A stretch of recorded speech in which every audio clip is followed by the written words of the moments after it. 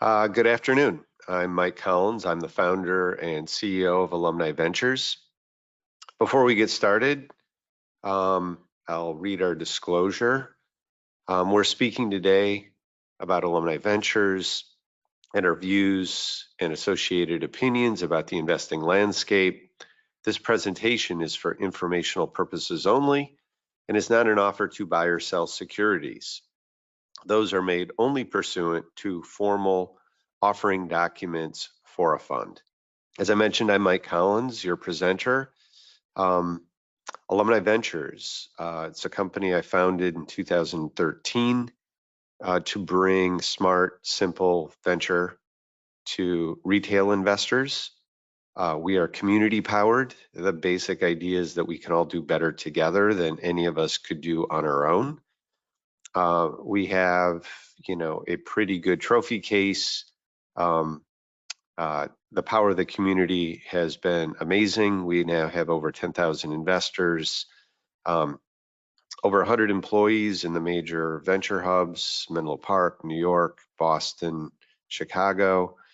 About half of our staff is related to full-time investing professionals, VCs in the communities.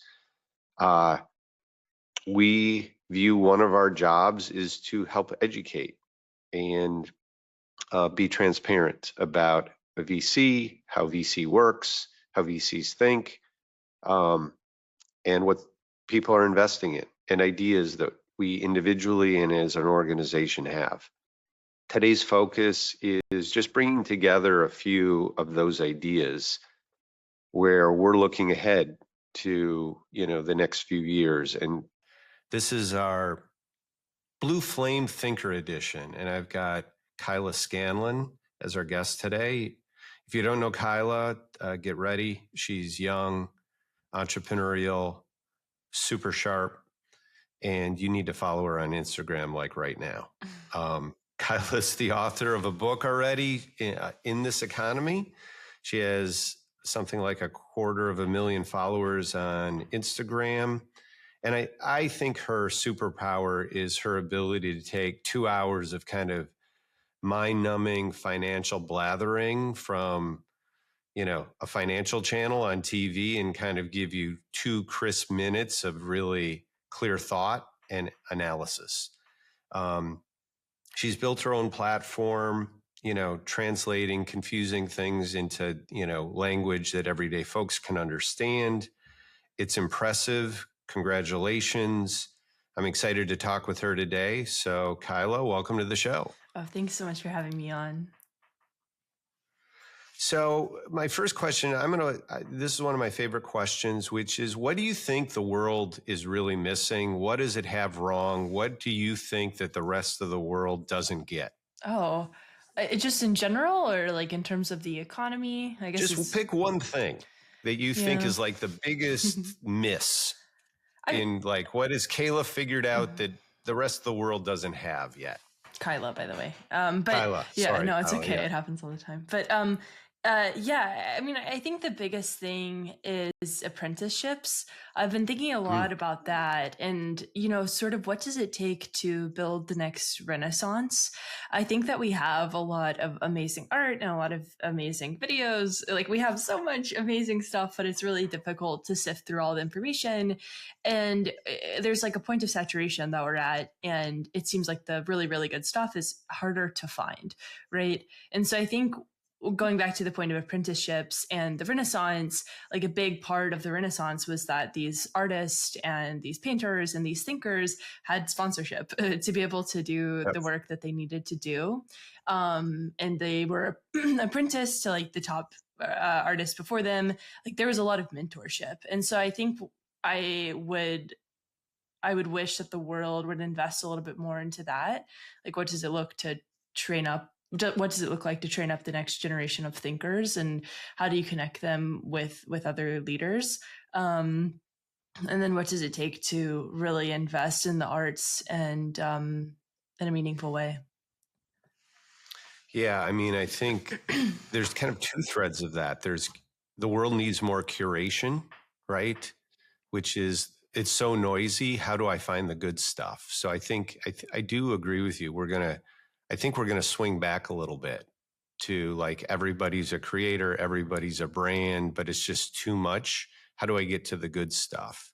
Yeah. And yeah, mentoring Yeah. and apprenticing and that in this world of technology empowering the individual and individual contributors, I think it's super interesting to think about where are there opportunities to, pay it forward and mentor and apprentice and learn, Right. very Yeah. much. No, there was this article from Mother Jones, and like however you feel about them as an outlet, whatever. But the article was Yeah. really good because it was talking about electricians and how like we don't Mm-hmm. have enough electricians, especially for the transition to green energy. We don't have enough Yeah. electricians to be focused on building data centers and maintaining data centers for AI. And so like there's kind of this interesting base layer of it too, where we're talking about content, we're talking about curation, but like the things that are required to like curate content, which would be like electricity, like that's not even Yeah. established from an apprenticeship level at Right. this point. And so I think just across the board, there's a real gap between generations for whatever reason, and I'm not sure how to address that, but it's something I've noticed. And like there's kind of a leadership crisis where there's questions of who's going to take over, right? Like across all these Yeah. small businesses and big businesses too. And Yeah. apprenticeships could be one way to address that. But yeah, a lot of threads that are kind of tangential but sort of tie together. Yeah.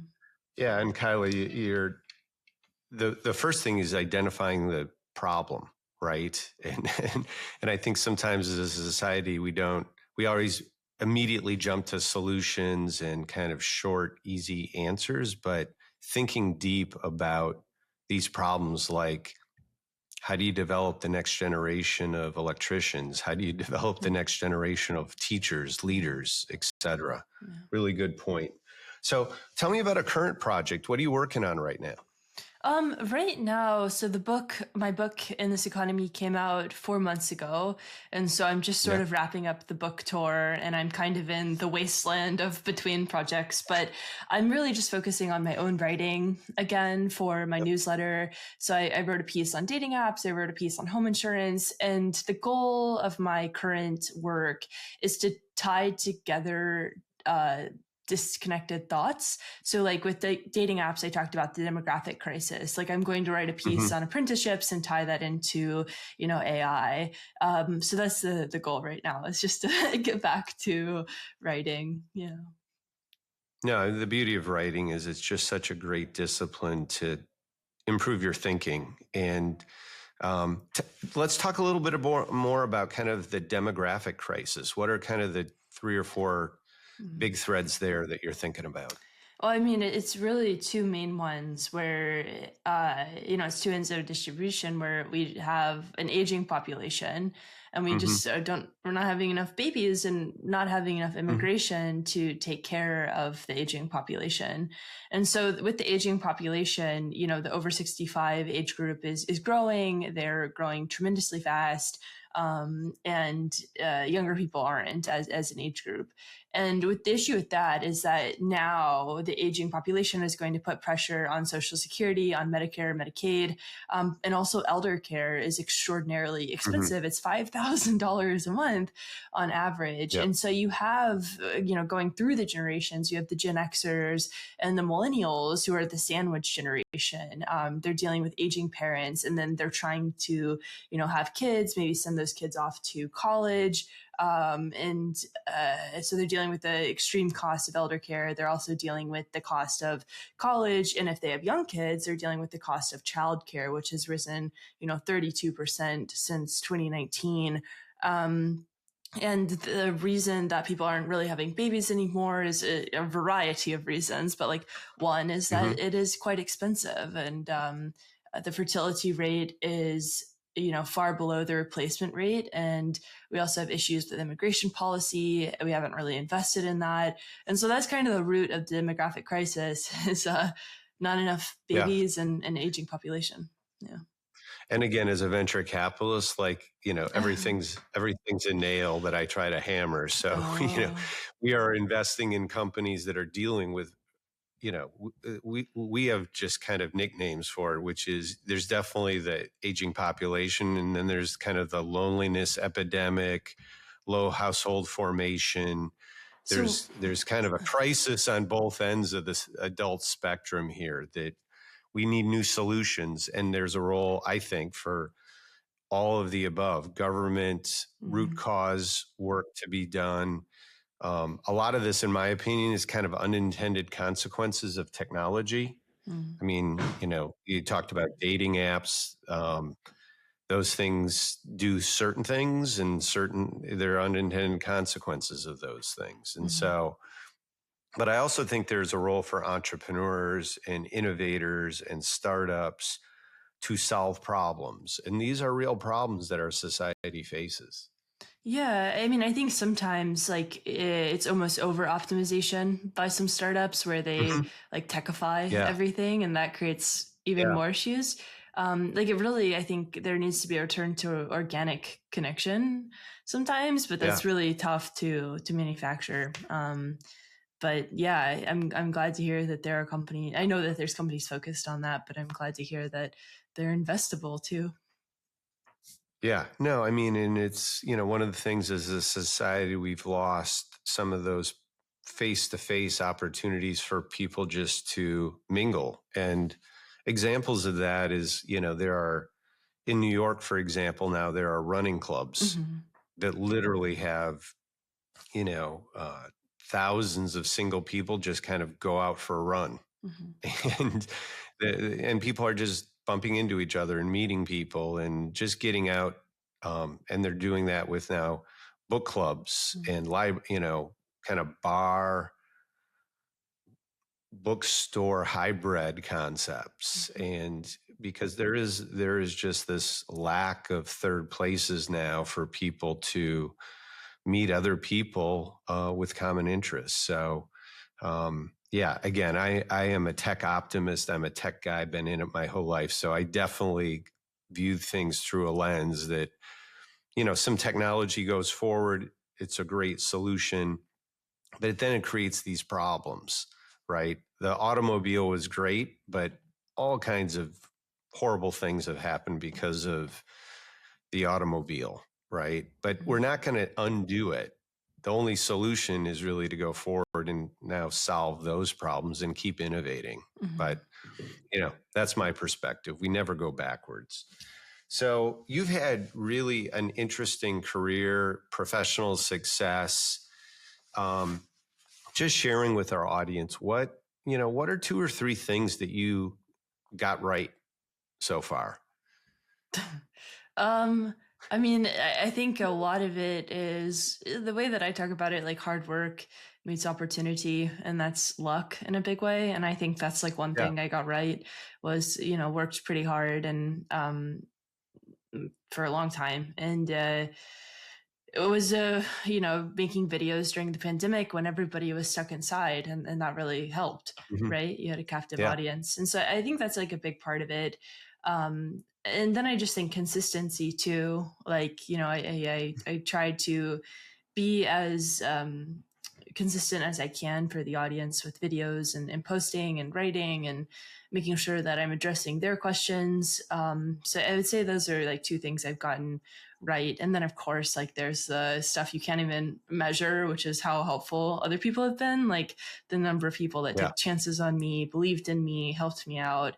It's like unreal. So, yeah. Great. Um, how about trends, segments? Again, a lot of our audiences are interested in technology and trends and the future. Mhm. If you were a VC for a day, where would you be looking? Yeah, I mean, I think for me, like, I'm very interested in homes and housing supply, Yep. specifically, home insurance. So I'm Hmm. very fascinated by how we can fix the insurance crisis that we have. Health insurance, home Yeah. insurance, auto insurance, it's a massive issue across the board. That requires quite a bit of interface with the government, of course, Yeah. and private insurers. How do you actually properly price risk? And so that's something I would probably want to spend time on as a VC. I don't know what the multiple would be, but I think it could be a really Yeah. interesting place. And then I think also, yeah, like some sort of like human connection thing. I know that a lot of, there's Yeah. whole entire VC firms that are focused on that. I think Bree Kimmel has a firm dedicated to it, but Hmm. yeah, I think those would be the two things would be like, okay, so how do we properly price risk across everything? And then how do we actually hang out with each other? Yeah. Cool. All right. So playing a little game, long or short. Okay. So the Mm. basic idea is I'm just going to give you a name of a company or a word and tell me, are you long or short that Mm. idea and why? Mhm. And then you can play it back to me if you want. But yeah, I mean, residential home prices, Kyla, what do you think? Long or short? Like long meaning that they're going to continue to go up, probably. Is that what that Yeah, would, yeah. bullish or bearish? Are you like, prices going up, prices going down, prices going sideways over the next couple of years? See, this is why I'm a bad investor because I'm like, well, it could mean this, but like I think I'm Yeah, probably long. Um, yeah, I think that it's going to take a really long time to address the housing supply problem. And because of that supply and demand mismatch, it's very easy to have that upward pressure on prices. Like we have seen home prices basically flatline in a lot of areas, but not in a way that where they're like going down. And so I think that I would be almost like neutral to bullish on home prices until we can address the housing supply issue at scale. And I don't know how long that will take. I I'm right with you on that. Yeah.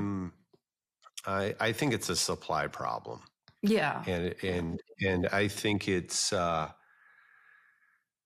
a hard problem, and there's a lot of incentives that get in the way of it, and until that gets unleashed a little bit, and maybe it's boomers are getting older and dying off, and maybe that creates some supply issues. But it's hard to be, it's hard to be short housing prices right now, I think. Yeah. And What do you then, think about yeah, go ahead. well, Sorry. they just like they tend to go up. Like that's kind of the issue with the housing Yeah, prices. Like even in the 1970s, 1980s, like we did not have the sort of movement that we've yeah, had now, where it's like going up by $55,000 a year, yeah, the median home yeah, price. But like home prices are usually where people park their money. The bottom yeah. 50%, all their wealth is in their house. And so I think like for that reason alone, it's a speculative asset that people rely on. And unfortunately, that probably means that there will be incentives to make home prices go up, right? Yeah, no, I think it's a place where, the rich park wealth. Yeah. Uh, it's a place where, a lot of regular people have, as you point out, huge amount of their assets. It tends to be psychologically, I think, very sticky Mm-hmm. too. People don't like to lose, like they won't move, they won't take the promotion at work because they don't want to take a loss in the house, right? Kind of thing. So it may not grow to your point, but it's hard to see where it's going to really go down, I think. I'd agree. All right. And are you long or short the idea of college? I have a tough time with this one because I loved college. Like, I think it's important for people if they have the opportunity to like go and have 4 years where you can make safe mistakes. So for me, like I went there on a full ride, like it was awesome, and that would like really was mentally good. But I think for a lot of people, the ROI on college has become quite low. Getting an entry level job with some degrees versus the amount of debt that you're taking on, it's just not, the math's not adding up right now. And so Yeah. I think for colleges, there's a lot of bureaucratic bloat. A lot of people have written about that, where there's just a lot of administrators and they've kind of lost maybe the ethos of education in some capacities. Like, it has become, basically a football team with some classes attached to it. So I am along college because I think education is one of the most important things that we can do. But I worry about the current structure of the university system. Yeah, I think I'm long short term and short long term. Yeah. Why is that? Meaning, my niece just gave birth, and she was asking about like a 529 account. Mm-hmm. And I said, and I've always been a big believer. I mean, and I funded my own kids' college education using them. But I said no. I think, first of all, I think you have to get your own financial house in order first before you start saving for a kid 17 years from now. And I just think the existing system is so ripe to be disrupted. Mm-hmm. And it has gotten so expensive. And, I think there's problems at the high end, the Harvard Ivy League level. I think there's problems at basically all terms of the product stack. And, I think in 15, 20 years, it's going to be a very, very different world. So I am just medium and long term pretty bearish that system has got to change pretty fundamentally. And again, like you, Kyla, I'm torn too, because it was very important to me. The education I got, the network I got, the credentialing I got, all very, very important. But I think it's kind of where we're heading is unsustainable. I think there's some technologies coming that are going to fundamentally change. I think the cost structure is way out of whack. And I think it's a little scary and a little unfortunate because it's such an important national asset as well for our country. I mean, we do education, especially when you talk about colleges, we do that really, really well. People come from all over the world to go to our universities. And so I hope they get it fixed, but I am definitely concerned. And you pointed out with your comments earlier about the need for different ways, right? People who want to become electricians, and where is our apprenticeship model? And people who want to pursue the creative arts, what are the opportunities for those people to get in and be mentored and to develop a career? So I definitely think there's some opportunity there. Yeah, I would agree. There was a good article, I don't know if you saw it, from the Wall Street Journal a few months ago, calling Gen Z the tool belt generation, because they are, some of the younger ones are foregoing college and saying like, well, I'll just, figure out the trades instead. And I could see that becoming more popular. Because it's just like the fact that people know that they're going and getting a degree that doesn't guarantee a job is tough. And like, there probably should be some sort of like job guarantee model from the universities if you're going to take that much money from an 18-year-old and their parents. But yeah, it's unsustainable. I agree with you. And I think it's also incumbent on businesses to be open-minded to hiring people without, a degree. And or are, some firms only recruit from 5 schools that have very kind of prestigious names to them. And, I think that's ridiculous. And so I think it's also incumbent on leaders and business people to encourage this kind of stuff. Yeah. So No, the reason I got my first job in the finance world when I graduated was because of Blind Resume. Like that firm only yeah, recruited from top 5, and I got in. yeah, And there's a lot of people I think that are like me that are willing to work hard and be there for the firm, but name value matters more, I suppose. And so I agree with you. It'd be awesome if more firms opened up their minds. Do you have a venture capital portfolio of cutting-edge startups? Without one, you could be missing out on enormous value creation and a more diversified personal portfolio. Alumni Ventures, ranked a top 20 VC firm by CB Insights, is the leading VC firm for individual investors. Believe in investing in innovation? Visit av.vc/foundation to get started. Kyla, I'll let you reverse the tables here. Ask me something. Yeah, you were talking a lot about like third places and sort of the loneliness crisis. And I guess I am curious, like what your long and short of that would be, like the loneliness crisis itself. Do you think it's going to continue? Yeah, I mean, I think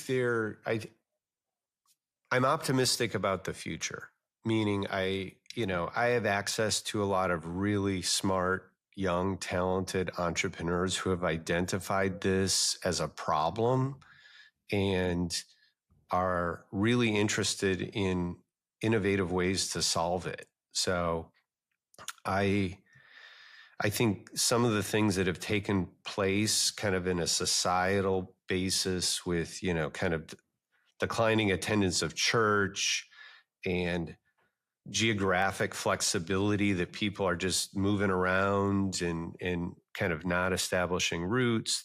Clearly, technology of being able to kind of work remote, stay in touch with friends who are on the other side of the country. It's easier to keep an old friend who's on the other coast than to go out and try and meet a new person. So I think people are identifying that and trying to create fun, interesting ways for people to connect with each other. Mm. And I think we're starting to, there'll be a lot of experiments and a lot of failures.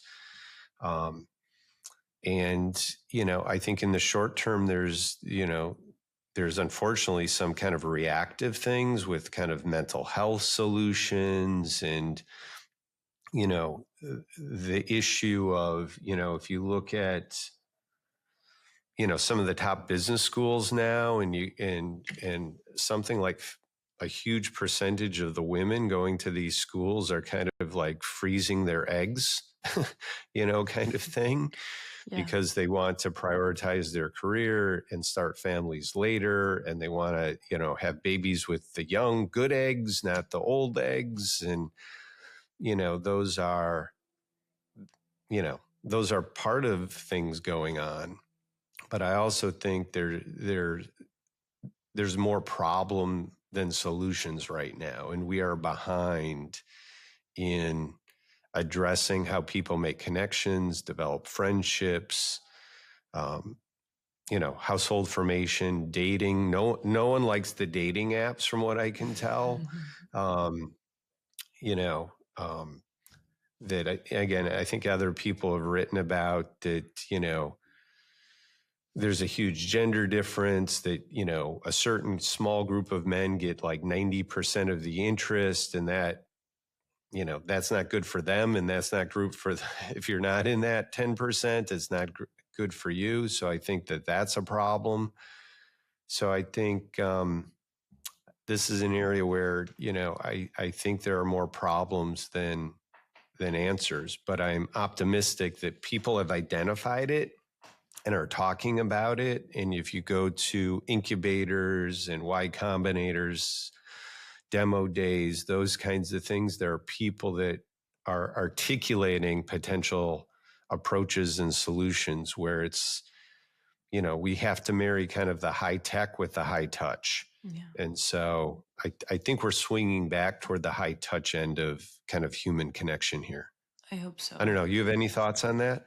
Yeah, I've written a lot about it, and it's like something I personally have experienced like during the pandemic. And just like I graduated into the pandemic. And so all of a sudden Yeah. you have no idea how to make friends as an adult. And I think like one thing I worry about is the dopamine that comes from Hmm. engaging with a smartphone versus engaging with a Hmm. person. Like it's much Yeah. easier to go to a crowd of, faceless people and seek Hmm. solace there than to seek solace from friends. But I'm optimistic too. Like I think that at the root humans love each other, not to get woo woo Yeah. about it, but I think there is like that Yeah. desire for connection, Yeah. and we will like find our way back to it eventually. But there's just a lot of forces working against it, right? Like I think the dating Yeah. apps have, not to their own fault, they were trying to solve a Yeah. problem, but it made Yeah. things worse. Made So it worse. Yeah. yeah, it wasn't, but Yeah. like I don't think that was the intention by any mean. Yeah. Yeah. No, it was, and I'll just speak from this standpoint, which is I am also seeing kind of a pendulum back with young people wanting to go into work. Yeah. Yeah. That, so it's again, we do a lot of really early stage investing, and there was 2 years there where every startup was remote they had no choice. Mhm. And they're finding that they want to get together as a team, that they're more effective and more productive as a startup when they're physically together. Yeah. And and I think there's going to be a generation of startups who don't make it, and they're going to look back and say, one of the things I'm going to do next time differently is we're going to have our team together. Oh yeah. And I am hearing more and more from young people applying to jobs we have that say, yeah, I want to come in. Mm-hmm. And maybe it's not 5 days a week, 9 to 5, but I want to be around other people. I want to be mentored. I want to, get out of my, apartment. I want to meet other people. I want to go out for drinks after work with other human beings. I mean, we're human. We're social animals, and I couldn't agree with you more. Mm-hmm. Well, Kyla, again, it's been fun talking with you. Super interesting. Thank you for your time. Keep doing the good work you're doing. Strongly encourage our audience to check out you on Instagram, check out your videos, buy your book. And thank you for the work you're doing. Thank you. Yeah. Thanks for having me on the podcast. All right. Well, good one. Kyla, thank you again. You're awesome. Keep up the good work. Thank you. Yeah. No, thanks. Thanks so much for the kind words. That was great. Good. Let's try it again. Yeah. Sure. Go ahead. Yeah. I just wanted to make sure the recording was all good. I know Riverside can be like a little funky, but like, is it good if I just leave or? Yeah. I'm the host, so I've got you. Gotcha. And yeah, I mean, I'd love to get on maybe once a quarter with you and kind of, again, hear what you've been writing about, doing the same. Yeah. That'd be great. Yeah, no, that would be awesome. This was I really love conversations like this because I like leave with more things to think about. So this was fun. Yeah, thank you. Yeah. Where's home for you right now? I live in Los Angeles. Or? Yeah. You're in New York, I think, right? No. Oh. Believe it or not, I'm in Manchester, New Hampshire. Oh, that sounds nice. Is it like Yeah. Yeah, no, I'm in an old mill building. Oh. From like the 1800s, right on a river. Oh, wow. And the trees, New England in the fall is great. So the trees change. It's kind of the maple leaves, and it's sunny and cool nights. Yeah. It's really nice here. Yeah. We're about an hour north of Boston. Oh, that's and not we have bad. Offices in not bad. So it's like a big city. Mm-hmm. Pretty close, but good quality of life. Mm-hmm. Probably not a great place if you're kind of young and single, but mm-hmm. It was a good place to raise kids. Mm-hmm. the winters for like 3 months are a little rough. Yeah. But, but 9 months of the year, it's great here. Yeah. And then we have offices in, Menlo Park and Chicago, New York. So, I use those as excuses to go visit some of our other offices in January. Yeah, get out of the snow. So, yeah, that's awesome. Yeah. And you guys I heard you guys had a little earthquake or something. Did you feel that at all? It wasn't, so I'm in Venice, and so it wasn't bad over here by the coast.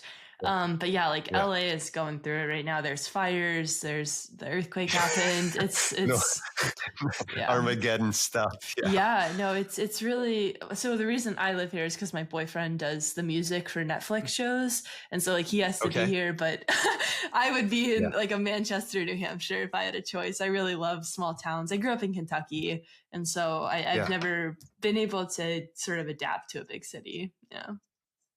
Yeah.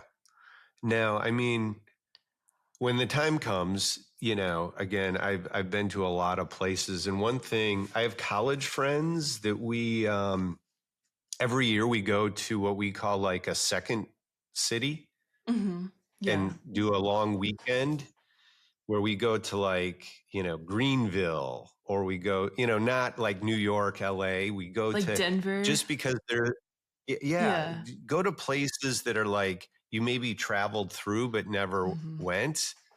And it's a really kind of cool way to kind of explore a city for 3 or 4 days. But there are a lot of really cool ones. So if there's an opportunity in your life somewhere, there's a lot of really, my hack on that is I really like there to be a college or university. Yes. Yep. Mm-hmm.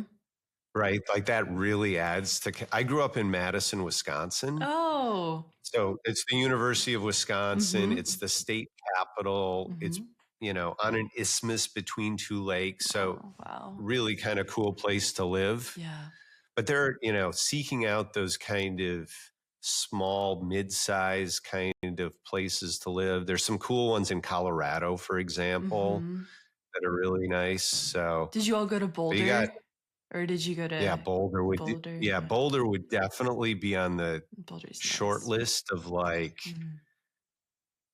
I actually think it has one of the longest life expectancies. It's a blue zone city within the United States is Boulder, right? Because you move and get outside and we breathe fresh air. We lived in Denver. So I lived there for 2 years, and then my boyfriend was there for a year with me. And we went to Boulder all the time because it's just such good bike riding. Everyone's outside and healthy, and it's just a very good vibe. Versus one of the bigger cities, people are just kind of angry and you can't blame them. So, but Boulder is wonderful. They're good to visit. But it's, they also take a lot of kind of mental overhead, and the healthy outdoorsy stuff just takes a lot of work compared to if you live in Madison or Boulder or Manchester, New Hampshire or something. So no, I ride bikes, and I got into a crash. I don't know if you can see my chin. Oh yeah. I saw that on one of your videos. I wonder if there's a birthmark down there that I never noticed before. It's bleeding. Yeah, and it's just because you have to be so alert in a city like LA because somebody just took a left turn right in front of me and I hit their car. And so it's just, and it's just, I've gotten, my risk reward profile on biking now has changed, right? I love biking. I know. And what we have here is we have rail trails. Ooh. So they've converted old railway lines. So there's right of way. They're flat and they're about 15 feet across, and they either do them with packed dirt or pave them. Nice. And so you can go on 30-mile rides that are just beautiful through the woods. You can almost go from here to the ocean on one of these rail trails. Because New England had a lot of old railways that aren't used anymore. That's another problem. We could talk about it sometimes, the lack of rail system in the United States, but at least they're being used for bike trails. And the nice thing there is I don't have to worry about somebody texting and hitting me.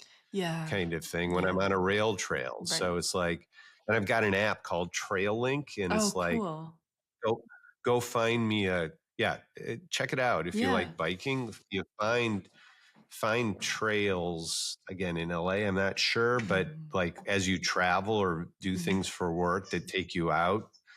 Yeah. You know, going on rail trails is really, and there's definitely tons of them in New England. Yeah. So, anyway, I will let you go. It was really nice chatting with you, Kyla, and let's do it again. Yeah, that sounds great. Thank you. Excellent. All right. Be well. Bye.